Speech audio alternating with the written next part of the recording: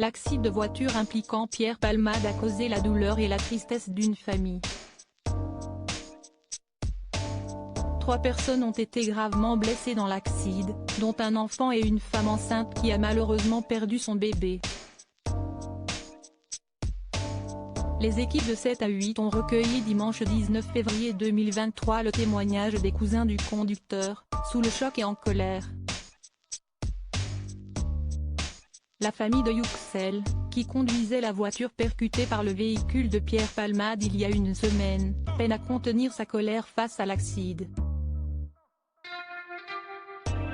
Un drame qui a détruit la vie de 3 victimes, le conducteur, Yüksel, est toujours entre la vie et la mort, avec peu d'espoir de reprendre son travail et très physique comme maçon dans le désamiantage. Son fils de 6 ans, lui, est également hospitalisé pour de graves blessures, son cerveau est touché. La belle-sœur du conducteur, enceinte de son premier enfant, a perdu son bébé et est en train de vivre une douleur inimaginable.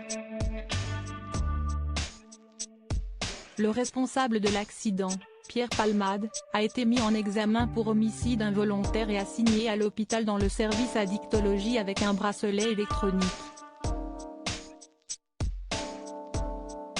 Dans 7 à 8 dimanche 19 février 2023, les cousins de Yüksel, Yılmaz et Erol, ont témoigné et interpellé la justice française. Au départ, ils nous ont dit qu'il avait 80% de chances d'y passer.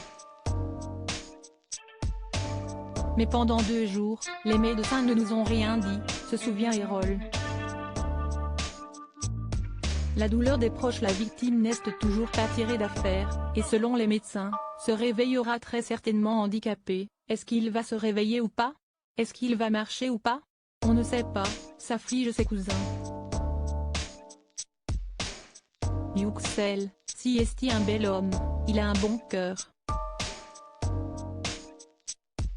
Il n'a jamais fait de mal à personne, décrit Erol, montrant une photo de lui, son fils dans les bras. Quand il va sortir de l'hôpital, il sera handicapé à 80%, si est sûr et certain. Il a une famille, il a des enfants, qui va s'occuper de cette famille maintenant? Je demande à la justice française de trouver une solution.